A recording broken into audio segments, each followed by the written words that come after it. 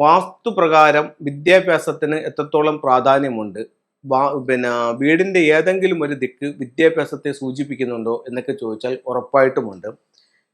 നമുക്ക് ഒരു വീടിന്റെ വാസ്തുദോഷം മൂലവും വിദ്യാഭ്യാസ സംബന്ധമായിട്ടുള്ള തടസ്സങ്ങൾ ഉണ്ടാവാം. ചില കുട്ടികൾ പഠിക്കാതെ പോകുന്നുണ്ട്, അത് വേറൊരു രീതി. പക്ഷേ വാസ്തു തകരാറ് മൂലം വിദ്യാഭ്യാസം മുന്നോട്ട് പോകാത്ത വീടുകളും കുട്ടികളും ഉണ്ട്. അപ്പോൾ അത് നമുക്ക് എങ്ങനെ കറക്റ്റ് ചെയ്യാം? വിദ്യാഭ്യാസപരമായിട്ട് അഭിവൃദ്ധിക്ക് വേണ്ടിയിട്ട് നമുക്ക് എന്തൊക്കെ കാര്യങ്ങൾ ചെയ്യാം? ഏത് ദിക്കിനെയാണ് നമുക്ക് പരിപാലിക്കേണ്ടത്? അല്ലെങ്കിൽ ഏത് ദിക്കിന്റെ പ്രശ്നത്തെയാണ് നമുക്ക് സോൾവ് ചെയ്യേണ്ടത്? ഇത്തരത്തിലുള്ള കാര്യങ്ങൾക്ക് ഫുങ്ഷുവ പ്രകാരം ഏതൊരു വീടിന്റെയും വടക്ക് കിഴക്ക് പറയുന്ന ഈശാന കോണ്, അതായത് നോർത്ത് ഈസ്റ്റ് ഭാഗം വിദ്യാഭ്യാസത്തിന്റെ അറിവിന്റെ ദിക്കായിട്ട് ഫെങ്ഷുവിൽ അതിനെ കണക്കാക്കുന്നുണ്ട്. അപ്പോൾ നമുക്കറിയാം വാസ്തുവിഷന്റെ ശിരസ് വരുന്ന ഭാഗം വടക്ക് കിഴക്കാണ്. അവിടെ ബ്രെയിൻ അത് ബുദ്ധിയുമായി ബന്ധപ്പെട്ട് നിൽക്കുന്നു. അപ്പോഴത്തേക്ക് അറിവിന്റെ, ജ്ഞാനത്തിന്റെ, വിദ്യാഭ്യാസത്തിന്റെ ദിക്കായിട്ട് ഫെങ്ഷുയിൽ വടക്ക് കിഴക്ക് ഭാഗത്തെ കണക്കാക്കുന്നു. അപ്പോൾ നമ്മുടെ വീട്ടിലുള്ള വടക്ക് കിഴക്ക് ഭാഗത്തിന്റെ ഏതൊരു പ്രശ്നവും ആ വീട്ടിലെ കുട്ടികളുടെ വിദ്യാഭ്യാസത്തെ സാരമായ രീതിയിൽ ബാധിക്കും. വടക്ക് കിഴക്ക് ഭാഗത്ത് എന്തൊക്കെ പ്രശ്നങ്ങൾ വരാം എന്ന് ചോദിച്ചാൽ, വടക്ക് കിഴക്ക് ഭാഗത്ത് വന്നിരിക്കുന്ന നിർമ്മിതിയിലെ തകരാറുകൾ. ഒന്ന്, വടക്ക് കിഴക്ക് ഭാഗത്ത് ചില വീടുകളിൽ വടക്ക് കിഴക്ക് ഭാഗത്ത് പണ്ട് കിണറുള്ളത് കൊണ്ട് ആ ഭാഗത്ത് കുളിമുറിയും വാഷ്റൂമും ടോയ്ലറ്റും ഒക്കെ ചെയ്യുന്ന ഒരു രീതി കണ്ടുവരുന്നുണ്ട്. പണ്ടത്തെ കാലങ്ങളിലാണ് അങ്ങനെ ചെയ്തുകൊണ്ടിരുന്നത്. ഇപ്പോഴും പല വീടുകൾ അങ്ങനെ തന്നെ നിൽക്കുന്നുണ്ട്. അപ്പോൾ വടക്ക് കിഴക്ക് ഭാഗത്തൊരു ടോയ്ലറ്റ് വന്നാൽ കുട്ടിയുടെ വിദ്യാഭ്യാസത്തെ അത് ബാധിക്കും. കാരണം പണ്ട് കാലങ്ങളിൽ പിന്നെ മോട്ടറും മറ്റുള്ള കാര്യങ്ങളൊന്നും ഇല്ലാത്തൊരവസ്ഥയ്ക്ക് വടക്ക് കിഴക്ക് ഭാഗത്ത് കിണറിനോട് ചേർന്ന ഒരു കുളിമുറിയും ഒരു ടോയ്ലറ്റും പണിയും. എന്നിട്ട് അതാണ് ഉപയോഗിച്ചുകൊണ്ടിരുന്നത്. അപ്പം വടക്ക് കിഴക്ക് ഭാഗത്തെ തടസ്സപ്പെടുത്തി മലിനപ്പെടുത്തിക്കൊണ്ട് ആ ഭാഗത്ത് ഒരു ടോയ്ലറ്റ്, അതിൻ്റെ പുറകിൽ തന്നെ അവിടെ ഒരു സെപ്റ്റി ടാങ്കും കാണും. അപ്പോൾ ഈശാന കോണിൽ എന്തൊക്കെയായി? ഈശാന കോണിൽ അവിടെ ഒരു കെട്ടിടം വന്നു, അതുപോലെ തന്നെ അത് ടോയ്ലറ്റ് ആയിരുന്നു, അതുപോലെ അതിൻ്റെ ബാക്കിൽ സെപ്റ്റി ടാങ്കും വന്നു. അപ്പോൾ ഇത്തരം കാര്യങ്ങൾ വിദ്യാഭ്യാസത്തെ സാരമായ രീതിയിൽ ബാധിക്കും. അതുപോലെ തന്നെ വീടിൻ്റെ വടക്ക് കിഴക്ക് ഭാഗത്ത് കിച്ചൺ വരുന്നതും വിദ്യാഭ്യാസ സംബന്ധമായിട്ട് തടസ്സങ്ങൾ ഉണ്ടാക്കുമെന്ന് ഫെങ്ഷുയിൽ പറയുന്നുണ്ട്. അപ്പോൾ ഇത്തരത്തിലുള്ള കാര്യങ്ങൾ വിദ്യാഭ്യാസത്തെ ബാധിക്കും.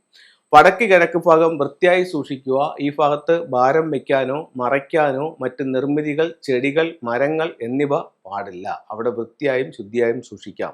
ഇവിടെ നമുക്ക് ചെയ്യാവുന്നതെന്ന് പറഞ്ഞാൽ ജലസാന്നിധ്യങ്ങളാകാം. ഇവിടെ നമുക്ക് ഈ വീട്ടിലേക്കുള്ള വാതിലുകൾ, ഗേറ്റുകൾ അങ്ങനെയുള്ള സംഭവങ്ങളൊക്കെ ഈ ഭാഗത്ത് കൊടുക്കാം. അപ്പോൾ ഇത്തരം കാര്യങ്ങൾ ശ്രദ്ധിക്കുക. അപ്പോൾ നമുക്ക് പുറമേ വീടിൻ്റെ വാസ്തു സംബന്ധമായിട്ടുള്ള കാര്യങ്ങൾ കറക്റ്റ് ചെയ്തപ്പോൾ നമുക്ക് വിദ്യാഭ്യാസപരമായിട്ട് അഭിവൃദ്ധികൾ നേടാൻ തുടങ്ങി. ഇനി ഒരു പഠനമുറി നമുക്ക് ഏത് രീതിയിൽ സെറ്റ് ചെയ്യാം എന്ന് ചോദിച്ചാൽ, വടക്ക് കിഴക്ക് ഭാഗത്ത് പഠനമുറി വരുന്നത് വിദ്യാഭ്യാസ സംബന്ധമായിട്ട് കൂടുതൽ നേട്ടങ്ങൾ ഉണ്ടാക്കുമെന്ന് പറയുന്നുണ്ട്. അപ്പോൾ വടക്ക് കിഴക്ക് ഭാഗത്ത് നമുക്കൊരു പഠനമുറി എടുക്കാം. ഇനി ഫെങ്ഷു പ്രകാരം അതെങ്ങനെ സെറ്റ് ചെയ്യാന്ന് ചോദിച്ചു കഴിഞ്ഞാൽ, ആ കുട്ടിയുടെ ഡേറ്റ് ഓഫ് ബർത്ത് എടുത്തിട്ട് അദ്ദേഹത്തിന്റെ 4 ഭാഗ്യദിക്കുകളിൽ 4ാമത്തെ ഡയറക്ഷനായിട്ട് കണ്ടുപിടിക്കുക. അപ്പോൾ കുവാ നമ്പർ 8 വരുന്നൊരു കുട്ടിയുടെ വിദ്യാഭ്യാസത്തിന്റെ ദിക്കെന്ന് പറയുന്നത് നോർത്ത് ഈസ്റ്റ് ആണ്. അപ്പോൾ നോർത്ത് ഈസ്റ്റ് ഭാഗത്ത് എടുത്തിട്ട് അത് ആ ഭാഗത്തോട്ട് നോക്കിയിരുന്ന് പഠിക്കുക. അതേപോലെ തന്നെ നമ്മൾ ഇരിക്കുമ്പോൾ നമ്മുടെ പുറകിലായിട്ട് ഒരു സ്ട്രോങ് ആയിട്ടുള്ളൊരു വാൾ ഉണ്ടായിരിക്കണം. അപ്പോൾ അതിൻ്റെ മുമ്പിൽ ഒരു ചെയർ ഇട്ടിട്ട് നമ്മൾ വടക്ക് കിഴക്ക് അല്പം ടിൽറ്റ് ചെയ്തിരുന്ന് വേണം പഠിക്കാനായിട്ട്. അപ്പോൾ അങ്ങനെ ഓരോരുത്തരുടെയും വിദ്യാഭ്യാസത്തിൻ്റെ ഡയറക്ഷൻ ഏതാണെന്ന് നോക്കിയിട്ട് ആ ദിക്കിലോട്ട് നോക്കിയിരുന്ന് പഠിക്കുകയാണെങ്കിൽ എത്രയും പെട്ടെന്ന് വിദ്യാഭ്യാസം മെച്ചപ്പെടുമെന്നും നമുക്ക് അഭിവൃദ്ധി ഉണ്ടാവുമെന്നും പറയുന്നു. ഇനി അവിടെ ഉപയോഗിക്കാവുന്ന ചില ടൂളുകൾ എന്ന് പറയുന്നത്, ഒന്ന് പഗോഡ ടവറാണ്. ഇതിന് എഡ്യൂക്കേഷൻ ടവർ എന്നും പറയും. ഇത് സ്റ്റഡി ടേബിളിൻ്റെ നോർത്ത് ഈസ്റ്റ് ഭാഗത്തായിട്ട് നമുക്ക് സൂക്ഷിക്കാവുന്നതാണ്. അതുപോലെ അവിടെ വയ്ക്കാവുന്ന മറ്റൊരു ടൂൾ എന്ന് പറയുന്നത് ക്രിസ്റ്റൽ ഗ്ലോബാണ്. ക്രിസ്റ്റൽ ഗ്ലോബും വിദ്യാഭ്യാസവുമായി ബന്ധപ്പെട്ട് നിൽക്കുന്നു. അതുപോലെ തന്നെ ഇത്തരത്തിലുള്ള ഒരു 8 ക്രിസ്റ്റൽ ബോളുകൾ നോർത്ത് ഈസ്റ്റ് ഭാഗത്ത് വെക്കുന്നതും വിദ്യാഭ്യാസപരമായിട്ടുള്ള അഭിവൃദ്ധിക്ക് നല്ലതായി ഫെങ്ഷുവിൽ കണക്കാക്കുന്നു. അതുപോലെ ഇതിലത്തെ ഒരു വൈറ്റ് ക്രിസ്റ്റലിൻ്റെ ബ്രേസ്ലെറ്റ് ധരിക്കുന്നതും വിദ്യാഭ്യാസത്തിന് നല്ലതാണ്. ഇതിൻ്റെ മാലകൾ ഉപയോഗിക്കാം. അതുപോലെ തന്നെ ഇതിൻ്റെ ചെറിയ പെൻഡൻറ്റുകൾ നമുക്ക് വാങ്ങിക്കാൻ കിട്ടും. ഇതും വിദ്യാഭ്യാസപരമായിട്ട് അഭിവൃദ്ധിക്ക് നല്ലതാണ്. അപ്പോൾ വിദ്യാഭ്യാസപരമായിട്ട് ഇത്തരം കാര്യങ്ങളൊന്നും ശ്രദ്ധിച്ചു നോക്കൂ. എല്ലാ കുട്ടികളും വിദ്യാഭ്യാസപരമായിട്ട് ഒരുപാട് മുന്നിലോട്ട് പോകട്ടെ എന്ന് പ്രാർത്ഥിച്ചുകൊണ്ട് നിർത്തുന്നു. നന്ദി, നമസ്തേ.